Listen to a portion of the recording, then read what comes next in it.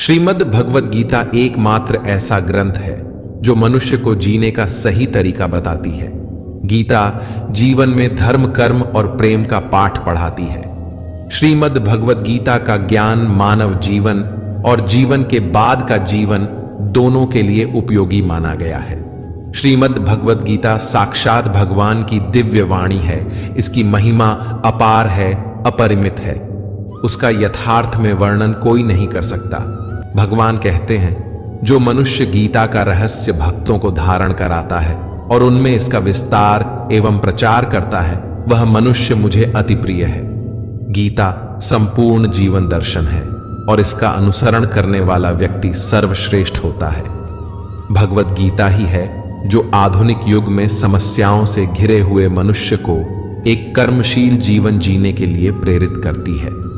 तो चलिए, वीडियो शुरू करने से पहले अगर आप हमारे चैनल पर नए हैं तो चैनल को सब्सक्राइब कीजिए और बेल नोटिफिकेशन को जरूर से जो पर सेट करें और दिल से कमेंट बॉक्स में जय श्री राधे कृष्ण जरूर लिखें। तो चलिए, अब देर नहीं करते हुए वीडियो शुरू करते हैं। भगवान श्री कृष्ण कहते हैं, मनुष्य जिस जिस भाव से मेरी उपासना करते हैं, मैं उनके उस भाव का ही अनुसरण करता हूं।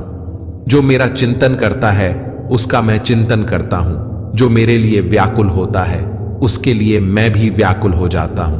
जो मुझे अपना सर्वस्व अर्पण कर देता है, मैं भी उसे अपना सर्वस्व अर्पण कर देता हूं। इस मनुष्य लोक में सांसारिक भोग के लिए लोग इंद्र आदि देवताओं की उपासना करते हैं, क्योंकि देवताओं का पूजन करने वालों को उनके उपासना का फल तुरंत मिल जाता है।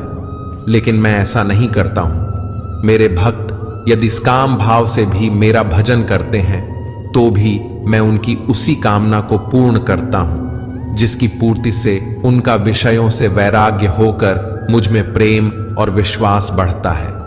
इसीलिए सांसारिक मनुष्यों को मेरी भक्ति का फल शीघ्र मिल हुआ नहीं दिखता है और इसलिए वे मंद बुद्धि मनुष्य कर्मों का फल शीघ्र प्राप्त करने की इच्छा से अन्य देवताओं का ही पूजन किया करते हैं।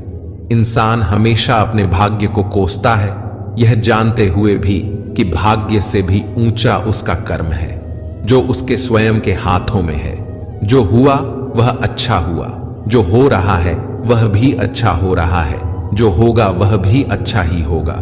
जो बीत गया उसका का तुम पछतावा ना करो और भविष्य की चिंता भी ना करो, अभी तो वर्तमान चल रहा है। जो पुरुष ना किसी से द्वेष करता है और ना किसी चीज की आकांक्षा करता है, वैसा कर्मयोगी पुरुष सन्यासी के समान है और वह पुरुष सुखपूर्वक संसार बंधन से मुक्त हो जाता है।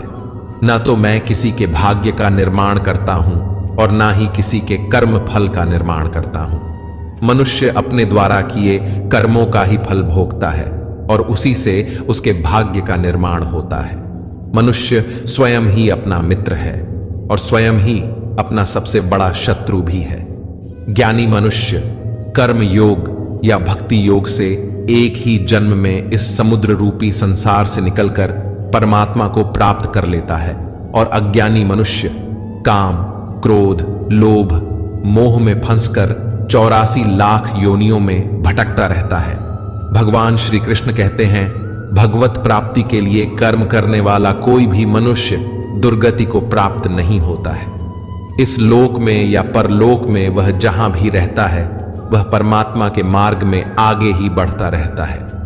हे अर्जुन, जिनकी बुद्धि माया ने हर ली है, जो जानबूझकर पाप कर्मों में ही लिप्त हैं, जो मुझे जानने की चेष्टा भी नहीं करते, ऐसे मनुष्य को जीवन में और जीवन के बाद के जीवन में भी कष्टों से मुक्ति नहीं मिल पाता है। जो मनुष्य अंतकाल में भी मुझको स्मरण करता हुआ शरीर त्याग है, वह मेरे परम धाम को प्राप्त होता है। इसमें कोई संशय नहीं है।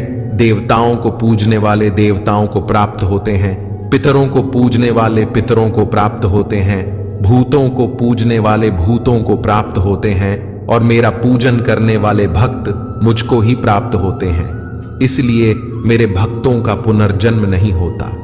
जो कोई भक्त मेरे लिए प्रेम से पत्र, पुष्प, फल, जल आदि अर्पण करता है, उस शुद्ध बुद्धि निष्काम प्रेमी भक्त का प्रेम पूर्वक अर्पण किया हुआ वह पत्र पुष्प मैं सद्गुण से प्रकट होकर प्रेम पूर्वक खाता हूं।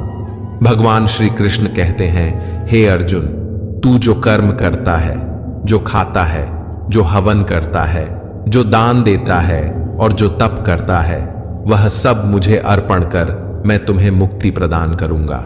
मेरे लिए ना तो कोई प्रिय है और ना ही अप्रिय, परंतु जो भक्त मुझको प्रेम से भजते हैं वह मुझ में है और मैं उनमें हूं। यदि कोई दुराचारी भी अनन्य भाव से मेरा भक्त बनकर मुझको भजता है तो वह पुरुष भी साधु के समान है, क्योंकि उसने भली भांति निश्चय कर लिया है कि परमेश्वर के भजन के समान अन्य कुछ भी नहीं है। स्त्री, वैश्य, शूद्र, भूत, पिचास, चांडाल कोई भी हो, वह मेरी शरण में आकर परम गति को प्राप्त होते हैं। हमारे तामसिक गुण हमारे अंदर हीन भावना पैदा करके हमें खुद को उदास और नुकसान पहुंचाते हैं, और हमारे राजसिक गुण हमें ईर्ष्यालु और लोभी बना देते हैं। भगवान श्री कृष्ण कहते हैं, हर मनुष्य को तामसिक और राजसिक गुणों को खत्म करके अपने सात्विक गुणों से परिचित होना पड़ेगा।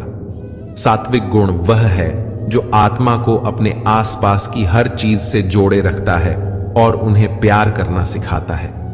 किसी का अच्छा ना कर सको तो बुरा भी मत करना, क्योंकि दुनिया कमजोर है लेकिन दुनिया बनाने वाला नहीं। जिंदगी में हम कितने सही हैं और कितने गलत है, यह केवल दो लोग जानते हैं, एक परमात्मा और दूसरी हमारी अंतरात्मा। अपने आप को भगवान के प्रति समर्पित कर दो, यही सबसे बड़ा सहारा है। जो कोई भी इस सहारे को पहचान गया है वह डर, चिंता और दुखों से आजाद रहता है। मनुष्य को सबसे पहले खुद का आकलन करना चाहिए, अर्थात खुद के बारे में जान लेना चाहिए। खुद की काबिलियत और क्षमता को जानना ही मनुष्य को आत्मज्ञान की प्राप्ति करा सकता है। जब तक मनुष्य खुद के बारे में जान नहीं लेगा तब तक उस मनुष्य का उद्धार नहीं हो सकता। श्रीमद् भगवद गीता में भगवान श्री कृष्ण कहते हैं कि हर एक मनुष्य को अपने आप पर पूरा पूरा भरोसा करना चाहिए, क्योंकि जो लोग खुद पर विश्वास करते हैं वह अवश्य ही सफलता प्राप्त करते हैं। ऐसा भी बताया जाता है कि जो व्यक्ति जैसा विश्वास करता है आखिरकार वैसा ही बन जाता है। सुख और दुख सर्दी और गर्मी के समान है। आज अगर दुख है तो कल सुख भी अवश्य होगा। इसलिए इन दोनों ही परिस्थितियों में मनुष्य को संयम से काम लेना चाहिए। जो मनुष्य अपने सभी काम में मन लगाकर अपना कार्य करते हैं और वह छोटे से छोटे कार्यों में भी खुशी ढूंढ ही लेते हैं, वह लोग निश्चित ही अंत में सफलता प्राप्त करते हैं।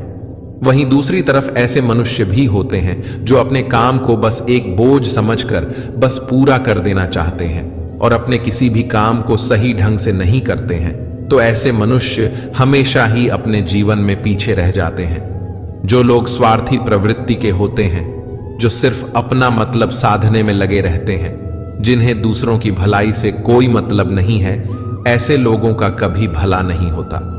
श्रीमद् भगवद गीता में श्री कृष्ण ने यह उपदेश दिया है कि अपने काम को पहले प्राथमिकता दें और पहले अपने काम को पूरा करने की कोशिश करें, तभी दूसरे का काम करें। क्योंकि जो लोग पहले अपने काम को नहीं करते और दूसरे का काम करते रहते हैं, वे लोग अक्सर परेशान रहते हैं। मनुष्य अपने हृदय से जो दान कर सकता है वह अपने हाथों से नहीं कर सकता, और मौन रहकर जो कुछ वो कह सकता है वह शब्दों से नहीं कह सकता। जो चीजें हमारे दायरे से बाहर हो उसमें समय गंवाना मूर्खता ही होगी। किसी भी व्यक्ति को ना तो समय से पहले और ना ही भाग्य से अधिक कुछ मिलता है, लेकिन उसे पाने के लिए सदैव प्रयत्नशील रहना चाहिए। जो मनुष्य मेरे पर मन लगाते हैं, मेरी भक्ति करते हैं, मैं उनको वह सब कुछ प्रदान करता हूं जो उनके पास नहीं है, और जो उनके पास है मैं उनकी रक्षा भी करता हूं। इसलिए यह बहुत जरूरी है कि हम अपने बुरे वक्त में परमात्मा पर भरोसा रखें। श्री कृष्ण ने गीता सार में उन लोगों के लिए इस उपदेश के माध्यम से बहुत बड़ी सीख दी है। भगवान कहते हैं, स्वार्थ शीशे में फैली धूल की तरह है, जिसकी वजह से व्यक्ति अपना प्रतिबिंब ही नहीं देख पाता। इंसान का स्वार्थ उसे अन्य लोगों से दूर ले जाकर नकारात्मक हालातों की तरफ धकेल है, जिसके चलते व्यक्ति अकेला रह जाता है। अगर आप चाहते हैं कि आप भी अपना जीवन खुशीपूर्वक व्यतीत करें, तो इसके लिए यह जरूरी है कि आप अपने स्वार्थ को कभी अपने पास नहीं आने दें, क्योंकि स्वार्थी मनुष्य दोस्ती भी सिर्फ अपना स्वार्थ निकालने के लिए करते हैं। ईश्वर हमेशा मनुष्यों का साथ देता है। जो व्यक्ति इस प्रभावशाली सत्य को मान लेता है, तो उसका जीवन पूरी तरह बदल जाता है। सृष्टि निर्माता ईश्वर ही है जो संपूर्ण जगत को चला रहा है। वहीं इंसान तो बस ईश्वर की हाथ की एक कठपुतली है। इसलिए इंसान को कभी अपने भविष्य या फिर अतीत की चिंता नहीं करनी चाहिए, क्योंकि हर विकट परिस्थिति में ईश्वर इंसान का साथ देता है और उसे मुश्किल से बाहर निकालता है। इसीलिए हम सभी को ईश्वर पर भरोसा रखना चाहिए। भगवान श्री कृष्ण कहते हैं, कितना भी बुरा वक्त आ जाए, कभी विचलित नहीं होना चाहिए, बल्कि डटकर उसका सामना करना चाहिए, क्योंकि इस संसार का नियम है, जो आया है उसे दुख का सामना करना पड़ेगा। रोने से और चिंता करने से कोई फायदा नहीं होने वाला है, बल्कि इससे दुख और बढ़ेगा। जीवन में आगे बढ़ने के लिए और अपनी अलग पहचान बनाने के लिए यदि आपको क्रांतिकारी भी बनना पड़े, तो इससे पीछे ना हटें। कहने का सीधा मतलब यह है कि जरूरत के हिसाब से खुद में बदलाव करें और समाज के बारे में ना सोचते हुए अपने काम पूरे करें। जीवन में हार जीत लगी रहती है, लेकिन सफलता सिर्फ उसी व्यक्ति को मिलती है जो अपनी गलतियों और हार से सीख लेकर आगे बढ़े। हार कर निराश होना किसी भी समस्या का हल नहीं है।